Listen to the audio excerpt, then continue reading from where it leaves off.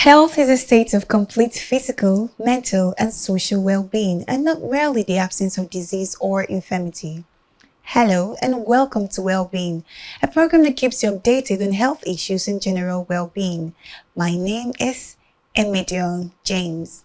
On today's show, we are talking about mental health, and we are joining the rest of the world to celebrate World Mental Health Day.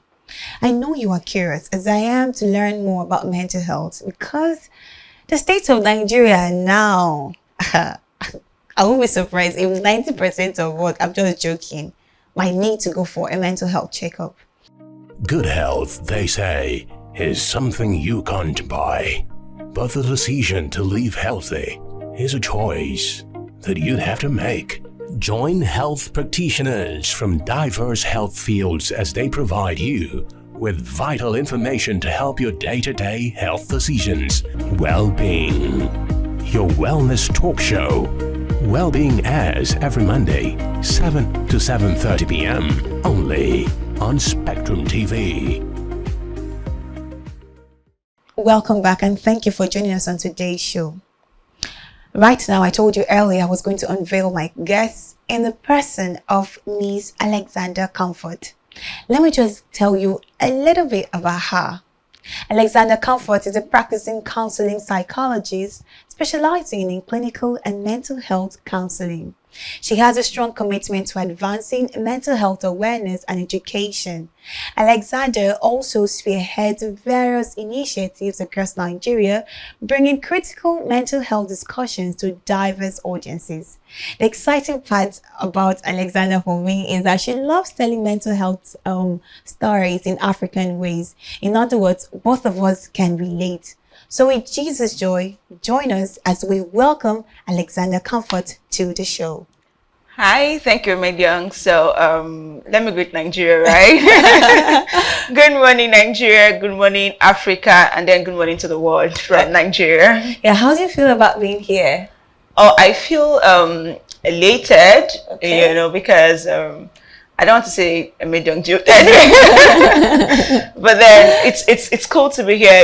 It's always a thing of pleasure when I talk about mental health because this is one area of health that people relegate to the back. Yeah. However, it's very important as your physical health. Okay, so let's just hit the ground running. How would you define mental health, and why is it important? And lastly, what factors contribute to it? Okay, Emidian is asking me like 5 questions in one.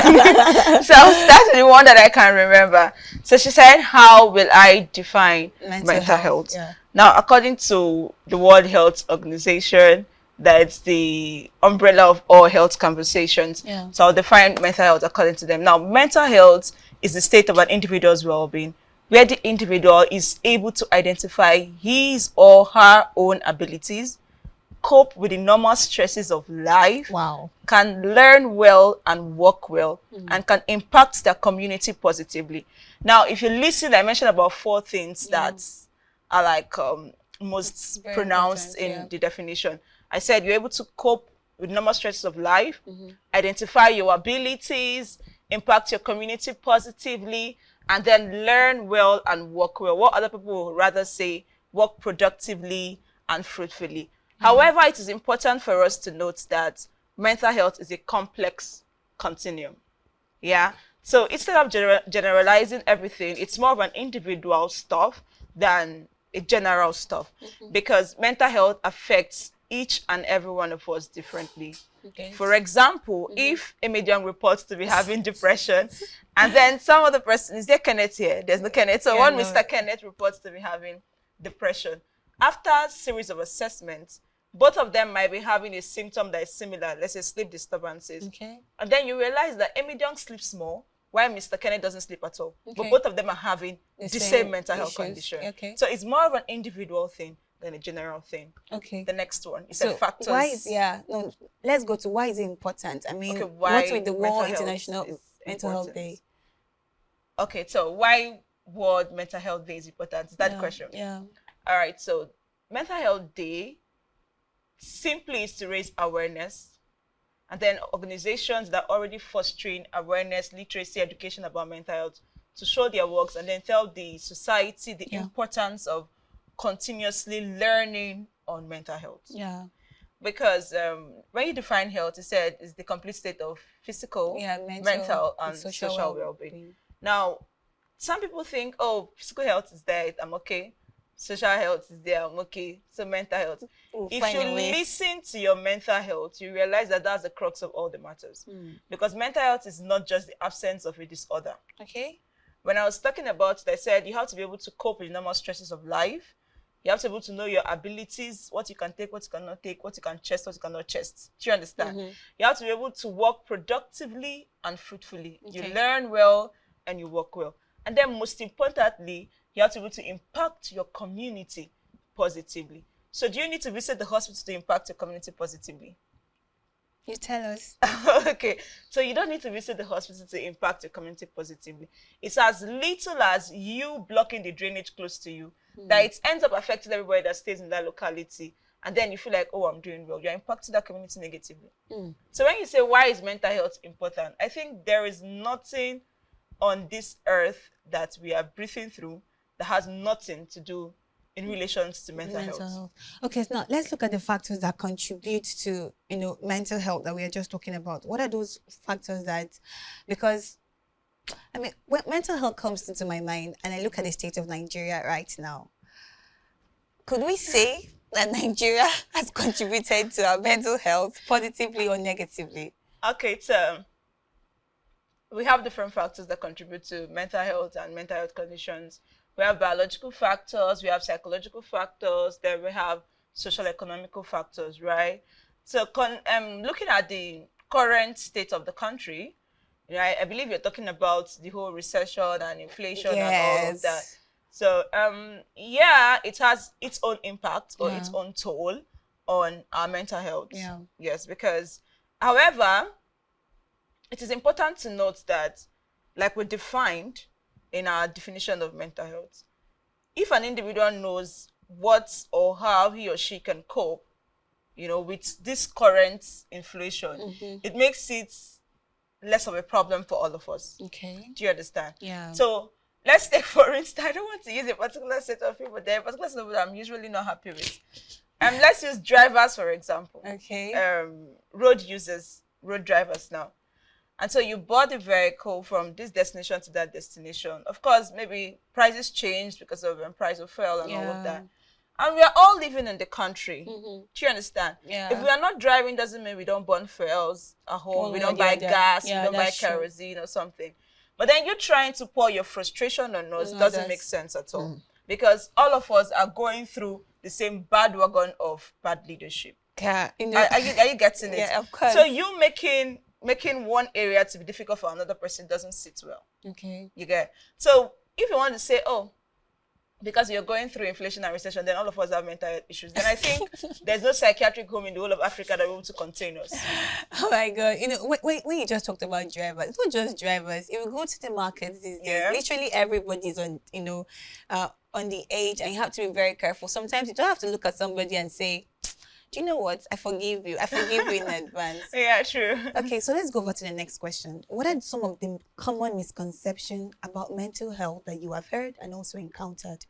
Okay, certain misconceptions. I think the most popular one is the one that mental health is a spiritual concern or a supernatural concern. Wow. Where they'll have to chain your ankles and keep you somewhere for you to, go through certain forms of deliverances and all. Now, please, I'm not ruling out the fact that because of their beliefs, it's working for them. I don't know. However, I think there are a handful of persons that wouldn't be on the streets if their family members have the right knowledge and are willing to chase what it takes to get them well. It's not even as expensive as you think. Yeah. So another misconception is that, people that come down with mental health illnesses have they are weaklings or they have bad character, and all of that. It doesn't always work that way. Another misconception is that, because she or he is coming from a dysfunctional home or had poor parenting experience, and also it's only liable that he or she should come down with a mental health condition. It doesn't always work that way. Right? So another misconception we also have there is that mental illness make people violent. We have different categories of mental illnesses. Okay. However, because of stigma and existing biases, we have said, oh, let's not call it mental health illness, let's call it mental health condition. So it's now it's now a bit mild, so nobody feels like you're trying to castigate them or make them look like they're not worth being in the society. Okay. So a lot of persons actually believe that, oh, if you're going through a mental health condition, that means you're violent. It doesn't always work that way. For example, people that have eating disorders or have anxiety and all, they are not as violent compared to persons that have psychosis. Okay, Alexandra, I think you're trying to jump into my next question, Oh, which okay. I would like you to, personally for me, talking about the spiritual aspect, I think Africa, that's one area of our lives that we need deliverance because, everything in Nigeria, not just Nigeria, in Africa is spiritual. There's some people you just see on the street, and then most times, one of the misconceptions I've heard is that the person read too much, and because of too much books, the person ran mad. Because most times you see amazing people on the street and they speak very well. And I just believe in my heart that something went wrong that was not addressed right. So on this show, this is what we are going to talk about. How can we identify, classify, and know the symptoms of mental health? So I'm turning back to Comfort right now. Let's talk extensively about mental health. And that is, what are the types of mental health that we have? What are the symptoms? And also, what are the signs? And forgive me for asking you too much questions. It's just that I'm just super eager to just know these things. So thank you. So we have different groups of what mental health groups rather. However, some other academic persons want to say, oh, mental health conditions are divided into neurotic and psychotic. Let me not bring plenty of this. Please, thank you. Let me come back to this one. So for this show, for the purpose of this show and for general understanding, I would list different groups of mental health conditions. So we have mood disorders. Mood disorders where you have the depression, the bipolar, it's mood swing. Mood disorder. Okay. So mood swing. So we have the anxiety disorders where you have the phobias, the panic attacks, the social anxiety disorder. It falls under that group. We have the personality disorders, different kind of personalities, the cluster A, the cluster B, and the cluster C. You'll come for class later.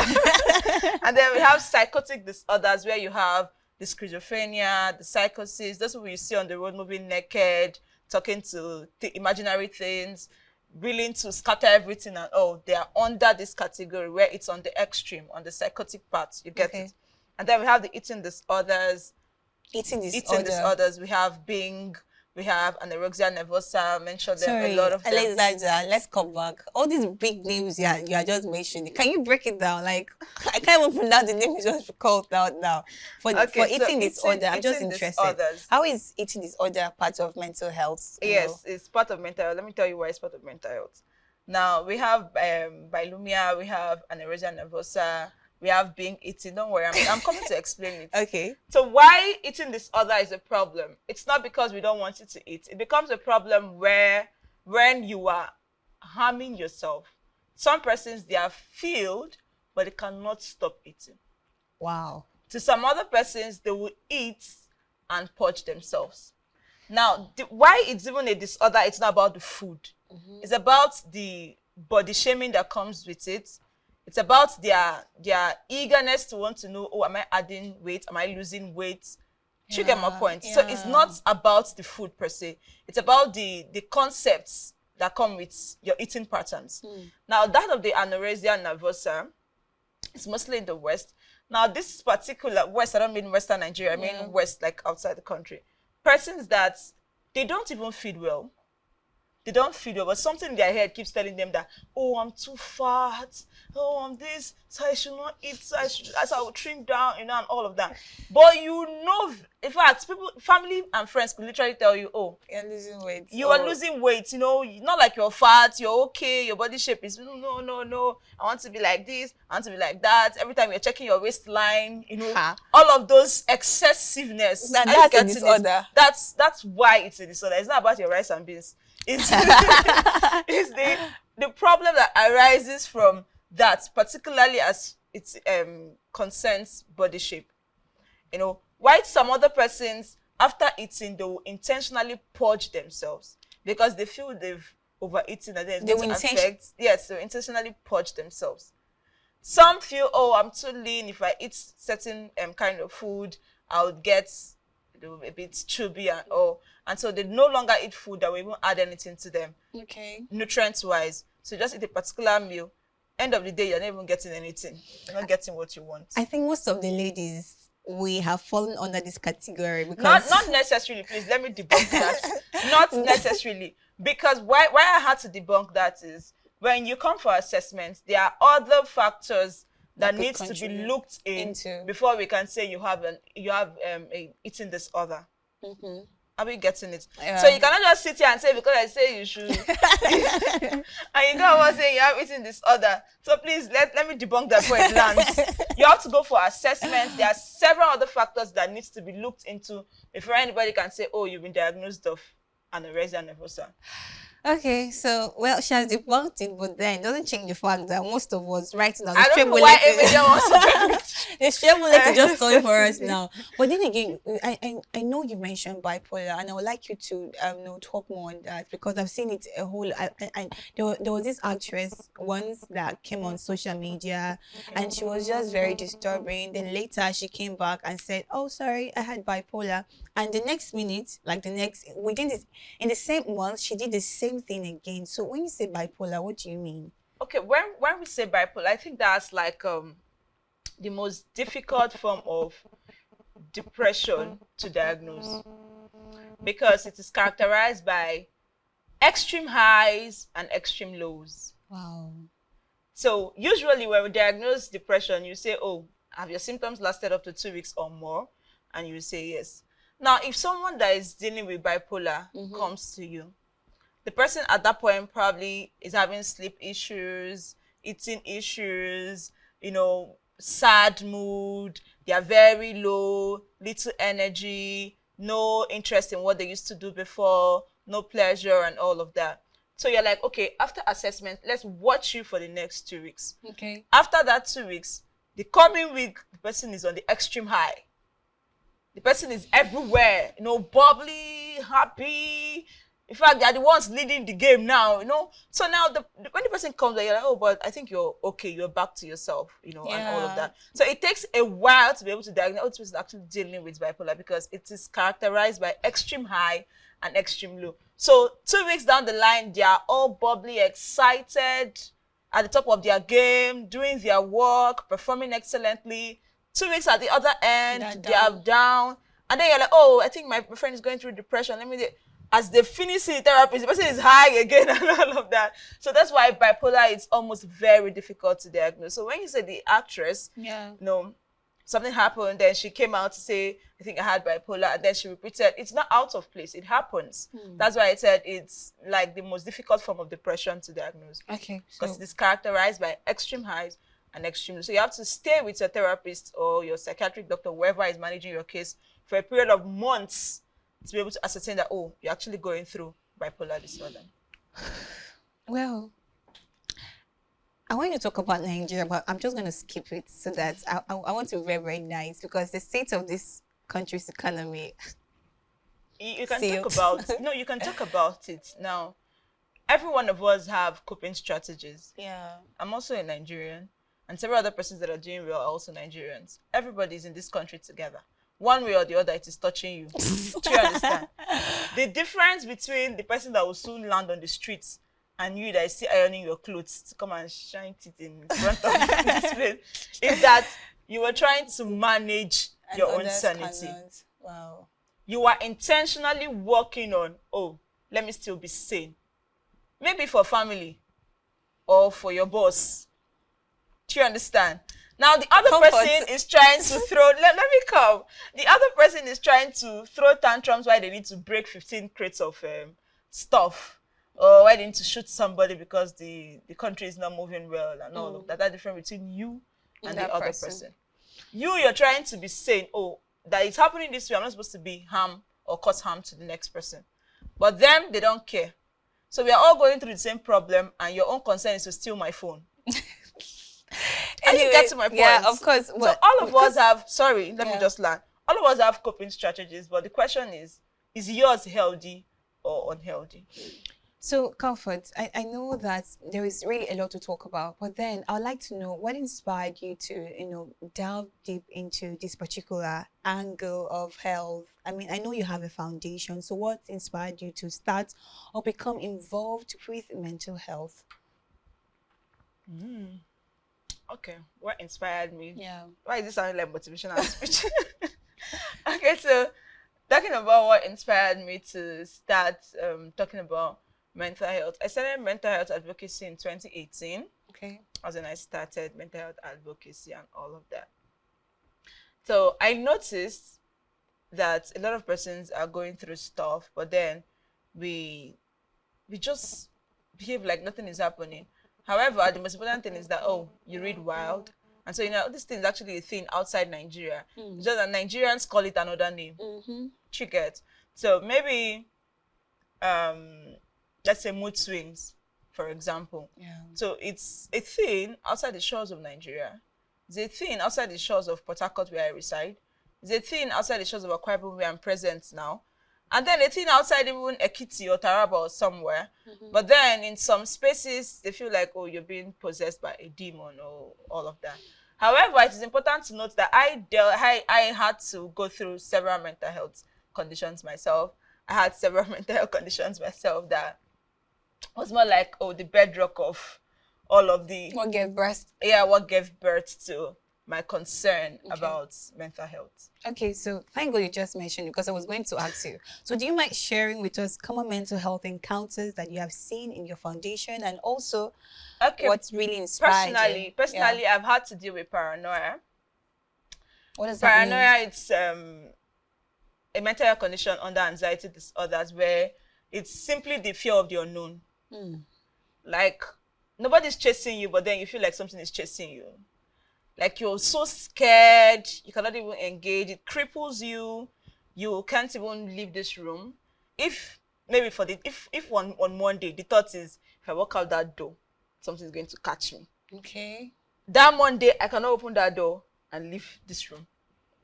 Because there's not like there's anything or an announcement. There was no public announcement like, today there's something catching people outside, though. There was no announcement. All of those things is just in your head. Yeah. So sometimes fear of the unknown, you're so scared, but someone will say, oh, why are you scared? I don't really know, I'm just scared. Yeah. I don't really know, I'm just scared. And so it cripples you. You can't involve in activities. If you're a church person, you can't even go to church. You don't want to go to school. You just want to hide, and then it's so burdensome that you have to cry because you cannot even explain How you all feel. of what is happening. Like, why are you so scared? Yeah. Okay. So what other mental health crises have you encountered in your foundation? Like apart from yours? Apart from the most popular has to be suicidal ideation and depression. The most popular. And then recently, burnout, professional burnout. So a lot of persons, of course, go through depression. However, because we have too many information and less knowledge about mental health on the digital space, you have a lot of persons writing a lot of things, and then when you come back to check, say, what are these people even saying? So you wake up in the morning by 6 a.m., you check your friend's status, you're saying, I'm depressed. And then you ask, Median, what's the problem? Nothing, I'm just hungry. And I'm like, what is that? Does that equate to being depressed? Does that equate to being depressed? Unfortunately, it's mostly among women. And then you're like, what's it concern hunger, concern depression? Because this is one word that is everywhere on social media, and so people just think it's something they call upon themselves. You get my point? Yeah. So depression is actually a clinical condition. And so because you're sad doesn't mean you're depressed. Sorry, I don't mean to cut you short. Yeah. But what is depression? Okay. Depression is characterized by persistent sadness. Persistent sadness. And that sadness must have lasted for at least 2 weeks or more. Persistent sadness in the sense that it affects your normal functioning. You cannot do the regular things you used to do. Are you getting it? Yeah. Now, when we talk about certain conditions, we try to check for physiological and biological inferences.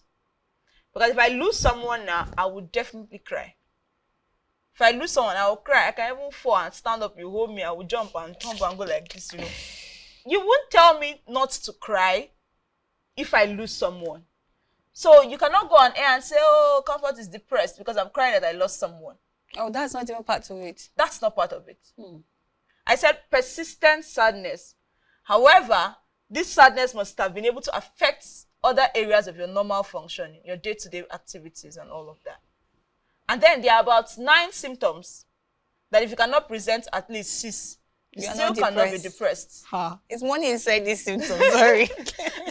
Money is not clinical. Because what says, I know I've seen on people's status, and I mean, comment skates that if you're depressed and they give you money, the depression goes away. So that's why I had to include it. Depression, you have feelings of worthlessness, feelings of helplessness, feelings of hopelessness. Are you getting it? Like this life is at the end of all of these depression stories that you start thinking of how to die. If you think money is your problem, then the former CEO of Konga shouldn't have committed suicide. Ouch. If money is actually the only problem we're having in this life, then some persons that are completing suicide shouldn't be completing suicide. So it's beyond that. Okay, so we're going to go on a short break. Let me just confirm something. Now, someone asked me one time, is there something like SAPA-induced depression? Now, there are certain things that could be triggered. I mentioned that factors like socioeconomic factors, poverty, you don't have money, you're supposed to eat, you're not eating. That's what I'm saying. There are triggers. It doesn't mean there are biological causes of depression. Okay. And then if by today now, as both of us are here, you don't have money and you say you are sad, by Thursday, someone send you money and you're okay, that's not depression, auntie. Thank you. God bless you. We'll go on a short break. This has been an interesting time. We'll go on a short break. When we return, we're going to talk about coping mechanisms that she has mentioned, and also how can it be diagnosed. I mean, imagine walking to a hospital. What do I say is my problem? Hello, I want to what? So after this break, this is what we'll be looking at. Good health, they say, is something you can't buy. But the decision to live healthy is a choice that you'd have to make. Join health practitioners from diverse health fields as they provide you with vital information to help your day-to-day health decisions. Well-being. Your wellness talk show. Well-being airs every Monday, 7 to 7:30 p.m. only on Spectrum TV. Welcome back. This is Wellbeing on Spectrum TV, and on today's show we're actually talking about mental health. It's been an interesting time. This, of course, you know, in case you're just joining us, this is our guest, Comfort Alexander, and she has been telling us a lot about mental health, depression. In fact, someone just asked, can animals be depressed? I'm sure you also have the same question, because I mean, there's some days you see some animals and you're like, never can tell what's going on in their mind. And she was talking about diagnosis and coping strategies, and I really want to know, because she said there are 2 types of people: somebody who knows how to cope with mental health and whatever mental health you get to find yourself in, and another person who might have the same thing but do not know what to do. So now over to you, Comfort. Let's talk about the coping strategies for different mental health issues. Okay, coping strategies for different mental health issues. If you want to say different mental health issues present different symptoms. Okay. I feel it's very broad. Yes, it's actually broader than you think. So different mental health conditions present different symptoms. Okay, so I think let's pick the most common mental health. Can we talk on well-being generally, mental well-being generally? Okay, yeah. Okay, so I'll just run down a few strategies to cope with, or steps to improve your mental wellness. So one of them is connect with other people. Oh. Connect with other people. When I say connect with them, I say you go and join call too. That's not what I said. Connect with other people, like minds, like values, like passion. Just connect with people, because humans are social beings. We're not expected to isolate. Now, there's no between isolation and solitude. Some will say, I like staying alone. Exactly. All of those things are I was actually things. Coming to that, now, because there are some people that are introverts. You are an introvert, yeah, or you like staying alone, there are persons that should be in your circle. You have at least 2 friends. You have your mom, you have your dad, you have a sibling that is almost very close to your heart, and all of that. So beyond social media friendships and followers, connect with other people. I think when we talk about Christianity, the area where they say do not despise fellowship with other believers and all of that, I think it had something to do with that. Okay. Because when you connect with other people, they give you emotional support. You're able to be vulnerable to one or two, depending on how you want to share. Yeah. And then, because you are connecting with people, maybe not on a deeper level, on a surface level, and then they are saying, today I bought for a 1.9. I say, my dear, yesterday I bought 8.50. We move. That way, you are just trying to let out, Okay. you know. Now this person understands what I'm going through. So I'm not the only one standing on the eye. We are all going through the same thing. So let's keep living. Do you get my point? So connect with other people. Be physically active. Be physically active. If you come for anxiety therapy, that's even the first thing I tell you. Be physically active. Exercise is part of it. Getting something to do is also part of it. Yeah. For anxiety, if you come for therapy, I'll tell you, the first thing you do in the morning after you wake up and say your prayers, intentionally want to dress your bed, go out, open the window, take a walk and all of that. Being physically active distracts your mind. Are you getting it? Yeah. Now, if you wake up in the morning and you sit in a position and just start thinking, oh, yesterday I don't even chop. Today's I never know it's not good chop. If they say I don't marry, it's not going to give my children. You know, all of that. Now, Comfort. not like they are not I like taught. the fact that you're sounding like a typical Nigerian. Trust me, all these things that you're saying is very relatable. Not like there are no problems, but then once you start doing other stuff, you have work to meet up with, so you have to dress up, press your clothes, pack your lunch, you have press 8 bus to meet at Plaza. So you have to wake up and start running down to all of those things distract your mind from your immediate problem. This stray bullet you're giving out, it really does. I don't know which one to press 8, but I think I saw it on the bus and I was coming. Okay, so one other area you could cope is learn new skills. When you tell people learn new skills, they think it's catering and photography. It's not always. Soft skills. Learn new things that you'll be happy. Now, the brain has a reward center that each time you do something new, you feel a bit excited. True. If you give yourself a goal, for example, to achieve, by today I want to read 3 pages of this book. Even if you don't learn anything from that 3 pages, there is something that just makes you feel so excited. Oh, I finished the 3 pages. So learn new skills, find your purpose. If you love God very well, hold him. Only place in If you Nigeria. love Amadioha, hold your Amadioha very well. Why I mentioned, please, why I had to bring this part is because there's actually something called spiritual medicine. Do you understand? And then even in therapy, we do spiritual therapy. Now, each and every individual have a being that lords over them. True. It might not be the God that we believe as Christians, it might not be the Allah that you worship as a Muslim, but then there's definitely something that lords over you. So whatever thing that lords over you has the ability to help you. True. Yes. Whatever thing that lords over you have the ability to help you, even mentally. I get to my point. Yeah. Now, another area is give to others. Give to others. When I say give, I don't say start sharing money that you don't have. Right. Giving could be sharing compassion with other people, giving good comments. Oh, you look beautiful today. You don't even know that I've not heard it for since 1 year. Then I've not heard it. So you look beautiful today. I love you. Let me know, just add I love you. I love you. Yeah. All of those stuff. And then volunteering is another way to give back. Now you're volunteering for a community that wants to build borehole in, what's this local government now? Ibiako. In Ibiaku, right? Ibiako, right? Yeah. Ibiaku. And they want to give water to Ibiaku. I say, oh, me, I want to dig out like 3 feet from the entire feet people want to. Okay. You know, and all of that. You are not the one that brought the money. You're not the one that brought the shovel. You are giving your skills, your hard work, because you want the betterment of the community. True. Are you getting it? So giving to others is not necessarily giving money. Could be giving your skill, giving good words, being kind, and all of that. And then lastly on this, so I don't take immediate time. No, take your time. Pay attention to your present moment. Pay attention to your present moment. Yes. That's what we call mindfulness. When you hear mindfulness, it's just simply being in the present. Yeah. Be in the present. You know, some of the problems we have is not like we are not doing well now. It's because we want to live 5 years and think 15 years. And so because you have that plenty thoughts to do, some persons that are good at thinking, I used to be very good at thinking. I can think for Nigeria. So you now sit and say, this 15 years now, I want to get PhD. Okay. My mama don't die, my papa don't die. Who will train me? That becomes another problem again on its own. And then after you think that, I say, do PhD for this Nigeria Federal University. Where will I get Where money? work now? I will take it after I do PhD. Where I will get work? Another problem.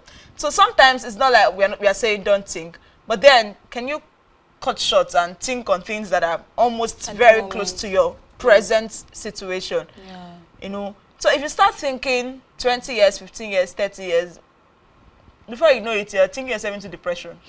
Thank you so much, So Comfort. with all of this, I believe. I've been able to convince. And then your choice of food, I strongly advocate for lifestyle changes. Your choice of food. If you think there are habits that you currently have that is not helping you in any way, you better stop it before it stop you.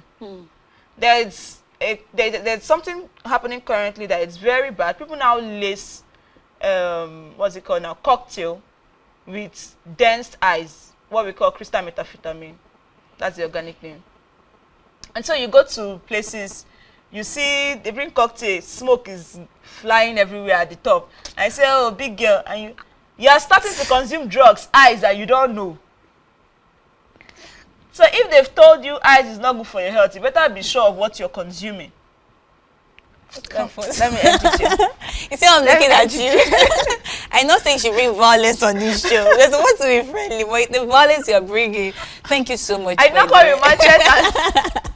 Go. But then again, you know the scripture that says, take no thoughts of tomorrow. I think this is, as I grow, I tell people that sometimes I don't look back at my life and I wonder, why did I worry so much? And I've noticed that, look, it doesn't even make sense. Sometimes you even get depressed over something. Like she said, you'll be thinking of PhD when you are still believing God to pass your jam. Like, it's not even worth it. But then again, Comfort, I know that there's something called stigma. And because of that stigma attached to mental health, people feel shy or, you know, People don't want to seek help. they don't want to seek help and they don't know how to seek help or even talk about it. So how can this stigma be addressed? Okay. When we talk about stigma, I've reduced my voice, so you know that I'm being violent. When we talk about stigma, there are different, there are structural stigma, there are self-induced stigmas, you know, all of them boils down to what the society already perceive of individuals that have mental health conditions. And so reason they cannot even seek for help. So for health professional stigma or discrimination in healthcare, all under structural stigma, when you go to the hospital and then you mention that you have a psychological case, sometimes you don't get all of the care you should get because maybe the doctor feels like, when I just got on a problem, they go beg us, they pay us salary, if you want to tell me, you know, there are different. This one I just mentioned now is structural stigma. Then self-induced stigma.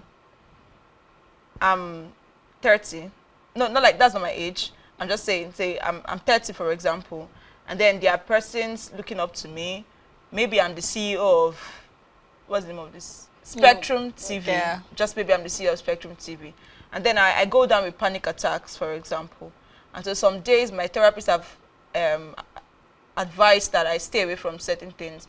But then as a CEO, I need to always show up, you know, and all of that. So I cannot even confide in anybody that, please, I'm having panic. I say, if you see me walking, you will just know that I need to go take some rest or stuff like that, or take a deep breath and all of that. So you're like, if I say it now, they will say, see yourself, don't mad. You know, see you, they're panic, waiting me, I'll come through. You know, all of those things. So because of what people will say, you internalize those things, like, let me not say. Let me just keep mute. Let me not even seek for help. Or if I go to University of Uyo Teaching Hospital, they will not see me and say, Oga, where they go? I'm going to mental health department. I say, you know, and all of these things make people withdraw. And to avoid labels, to avoid what people will say, to avoid people say, oh, you're a weakling, to avoid people saying, do you used to smoke, are you addicted, and all of having different, because people have different biases as to how they internalize mental health conditions and what they see from other people. So because of that, people don't want to seek help in that area. Another stigma is belief in supernatural causes. I've mentioned. I heard someone said one time that if you're having depression, you don't have the infilling of the Holy Ghost. someone mentioned it to my hearing. I was like, wow. Come again, you say what? so people, there are persons who believe that if you fall sick, that means you don't trust God enough and all of them. So now talk of saying you now have mental health. So it's different biases, different structures, different individuals, different communities they belong to and all of that.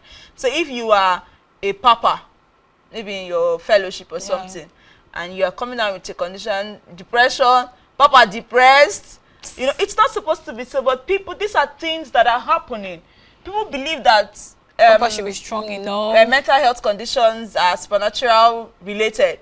So every time I say, you cannot speak in tongues, you cannot blast on the Holy Ghost and depression will run away. I'm a Christian, please. A tongue-speaking one at that. And of course, I know the place of the Holy Spirit. But then, if at any point in time, someone reach out to you and say, I think I am coming down with anxiety or something, if you cannot offer help, I would advise you just keep quiet. Because it has nothing to do with most of those things you are mentioning. Like I've said, some are biological. Some of them are biological. Yes. Okay. It could be that, oh, there's a change in your hormone level at the moment. Like I overheard a renowned minister in Nigeria saying that mood swing is demonic. I was like, wow. Wow. See, let's not even go into what spiritual So- people say, because So I mean, all in of Nigeria, those we say things, a lot. yeah, we say a lot. All of those statements Yeah. make people not want to even seek help or even go to where they can get help. Okay, so now with all these stigmas out there, how can we overcome them? Like people that are down with these different mental health issues, how can they, regardless whether you are the papa, you are the CEO, how can they face it and fight it? How you can face it and fight it is go for what you want. Is it not better you are alive than hear what the numerous things people have to say? Oh, I think So- I think let me just add this question. okay. When I finally get to man up and go for the checkup, where should I go? How should I start? I mean, because in Nigeria, I don't think therapy is a thing. Oh, For the yeah. for the meantime, to be very honest, I started hearing about mental health in 2023. Meanwhile, it's always been there, and Yeah. it's only in movies I see people say, "Oh, let's go and meet a therapist for counseling." In Nigeria, you just pray and then break coconut, and then we get to go. I'm just joking. I don't know But then what again- she's talking about. But then again, how can I think you should join the two questions Oh, together. okay. So, how can I face the stigma? And when I finally get to face the stigma, where should I go? Okay, so mental health has always been a thing like you mentioned. But until 2020, Nigerians weren't ready to hear it. 2020, the COVID year kept all of us in our houses with our devils. Now, when I mean with our devils is, usually you could, if you have a toxic spouse, for example, you could just stand up and then go to where you want to go to, have the long time outside at work and then come back, and then you You're just fine. manage the person. After a few hours too, you go. But during COVID, everybody stayed. stayed with their devils morning till night, morning till night. So you could not escape to anywhere. There's no drinking beer parlor that was open. I say you want to go and sit down and drink. So that was why it became popular around that Can you imagine? time. And then from there, we've been talking about, mental health. I would say talking about the stigma. Reason why we have certain foundations and mental health organizations is so you continuously raise awareness about mental health. What mental health is and what it is not. So the more people hear, the more people learn, the more they have the right attitude towards it. Each time I teach about mental health literacy, I use a triangle form. So if you have the knowledge of it, that means you can recognize the symptoms when you see it in yourself or in others. And then you have the right attitude towards it when you maybe see the symptoms in other people. So you know that, oh, I think I can help you get help, professional help and all that. Oh, okay, let me offer the little I know, depending on the severity of the case. Do you get my point? Now, for persons that are already going through the troubles, the hustles, the buzzles of stigma and are drowned in the stigma, I'll tell you to ask yourself this question. Is it really worth it? All of these things they are saying, if I lose my mind tomorrow and I'm walking naked on the street, what would it be the first thing they will say? This fine girl. Now, wow, village people wicked though. This person just they start, they make am for life now, they don't knock am. It might be something that started small and then you picked another habit that made it worse. Okay. because you were trying to cope, forgetting what other people have to say. So what I will tell you is seek help. You can get help from community and facility, you know, like in the University of Utrecht, I know they have a mental health department, and then several other areas. Currently, they have different health tech firms on the digital space. So you look for the one that works for you. And then we have a spill-off of therapists too. So depending on the severity of your case, yeah, you choose the one that works for you. Okay. And you have the right to choose whoever attends to you, whatever professional or practitioner that attends to you. So if you walk into the hospital and then you say, oh, I need to go to the mental health department, and you're directed to that department, if the first person that tried to attend to you doesn't suit or doesn't match what you want, rather, you can opt for a change. Yes, please. Okay, so we're going to go on another short break. When we return, I'd like to, we'll get to talk about Alexander Comfort's foundation, because she actually has this place where she teaches people on mental health.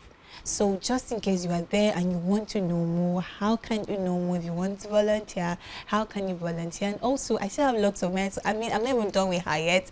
So let's just take this break, drink your water, bring your diary, because this next session, trust me, you will need a diary and a pen. Good health, they say, is something you can't buy. But the decision to live healthy is a choice that you'd have to make. Join health practitioners from diverse health fields as they provide you with vital information to help your day-to-day health decisions. Well-being. Your wellness talk show. Well-being airs every Monday, 7 to 7:30 p.m. only on Spectrum TV.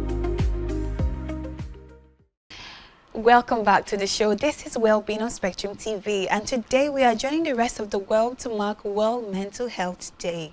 Of course, I have with me Alexander Comfort, and we've been talking severally, extensively on mental health classes, types. So just in case you missed, you have to go to a social media handle at spectrumtvlive.ng and then catch up with us.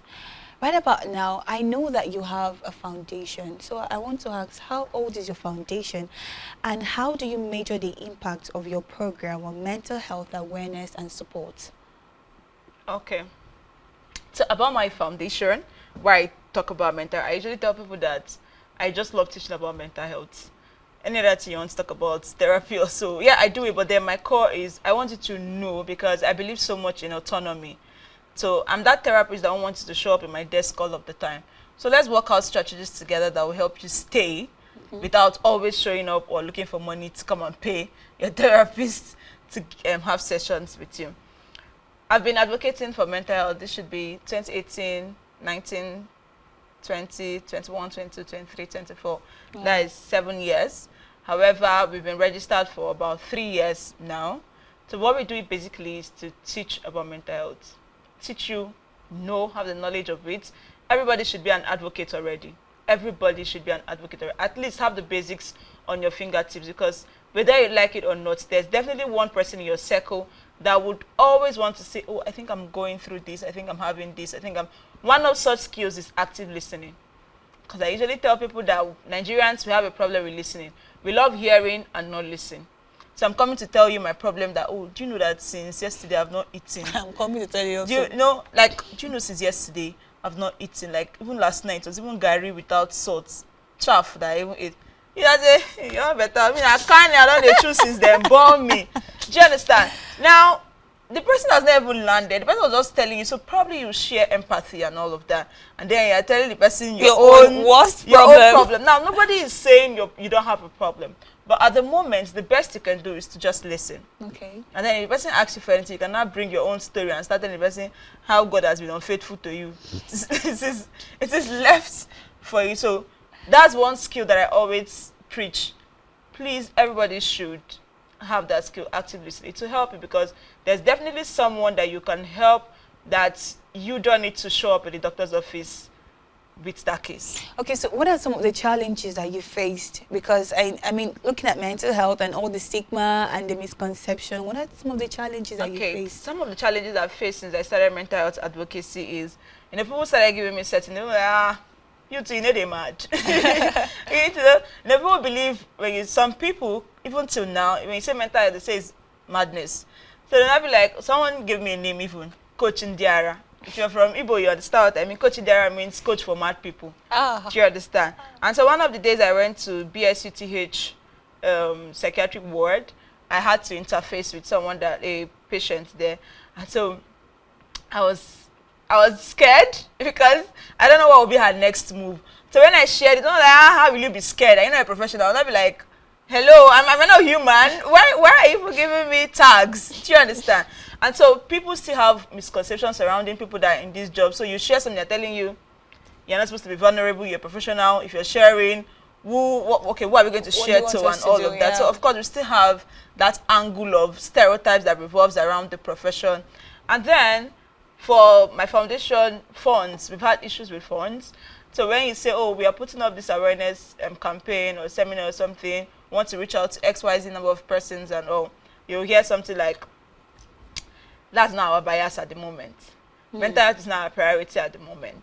It cannot help us. So people believe so much in activities that involves maybe you're building borehole, you're doing road, you are sending somebody to school, you know, something that looks like it's big than mental health. So to them, mental health is not a problem. It's not a concern to be talked about. Okay. Yeah, a lot of persons. So we've had issues with funding. We've had issues with people understanding our mission. So just like, I beg everybody they create for this Nigeria. I'm gonna just go there once. Everybody go to manage increase or make governor build psychiatric home for them. You know, people don't believe that there's an impactful area of understanding what mental health is all about. Okay, so I know that you're working on a project right now. How were you able to, you know, come up? Why did you leave Port Harcourt? Why wasn't it in Port Harcourt? Why was it in Akwa Ibom? Okay, I didn't leave Port Harcourt. I'm going back to Port Harcourt after my conference. I mean, why did you take the conference to Port Harcourt? Or was it there already? In May, we had a similar conference. That was the same Port Harcourt same conference in May. May is usually Mental Health Awareness Month, and then October we have Mental Health Day, October 10th. So, yeah. So in May we had that of Port Harcourt, and in October I was like, okay, let's mark World Mental Health Day in Akwa Ibom. Okay.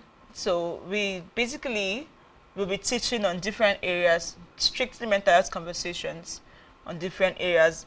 This economic recession will be talking a bit of it in social adjustment, because I know when people experience social adjustment, they start having mental health issues and all. So how will you cope with certain social adjustments so you don't end up in the hospital or end up on the streets or end up with worst case scenarios and all of that? So we said, okay, let's come to Akwa Ibom and preach the gospel of mental health to Thank them. you so much, Comfort. Yeah. One more question and then I'll be out of your way. Okay, let's talk about the achievements that you have seen in your foundation for the past 7 years. What have you really achieved? What's that success story that you were able to bring this person out of depression or any mental health issue? Okay, I wish those persons would actually come talk for themselves so it doesn't look like it's making it up. But don't worry, I believe you. My journey of advocacy, counseling, therapy, as I want to call it, has been a beautiful one, but mixed with different colors. Because I know there was a particular case that I had to deal with that I came down with PTSD myself, because I was now in the feelings of the person that had the condition, you know, and all of that. So, but then, that's one case that each time I look back on that lady's wall, I feel like, oh, as a Christian, I say something like, oh, God did something through me for this lady, because I wouldn't know how it was going to turn out. Her case turned out to almost hallucination, you know, delusions and all of that. Somebody that could that literally telling you that I just slept, I saw myself in the coffee, they put cotton in my nose, this, that, and then other people telling you she needs deliverance and all, but you know where all of this is spanning up from. That it's not just the prayers, it's not the deliverance. Okay, fine, pray for her, but then we know this is a psychological problem. She will tell you somebody is calling my name, somebody is shouting my name and all of that. It was a bit difficult. Like I told you, that particular case, I came down with PTSD myself because I was now in the feelings of her own feelings. Through. Okay, my purse is not closed. I would have showed you. Another case is a case of near suicide. I had to seize the blade from the lady. You know, a lot of persons, at the end of their condition, they really want to end it all. So if you're not very careful, you would just lose them. The next thing is, but she was going for therapy now and all of that. But therapy is not magic. Therapy is just a means to an end. So we just started something, doesn't mean by tomorrow the person will be 100%. Then last year we had Abuja Art Therapy. I think that's one art therapy section that was amazing. We've had series of art therapies. We have that of Port Harcourt and then Abuja. Uyoya, we've had physical therapy as well. So in that particular session, I even shed tears because the way people were now talking and then they were crying. I was like, oh. I was like, give me catchy, because basically the essence of the session was just paint your fear. Paint something. We're not giving you anything to paint, just paint whatever. So if I bring those canvases to you, you would never understand what was painted there because you wouldn't even know what. But then when they were explaining it, I was like, wow. When are you going to bring it down here? You, sorry, Aquafa is not treating me well.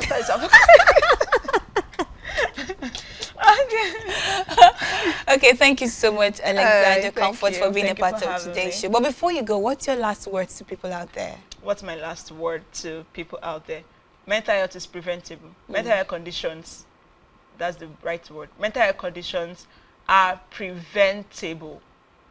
You don't always have to end up in the hospital. You should start with the right lifestyle, the right diet, the right coping strategies.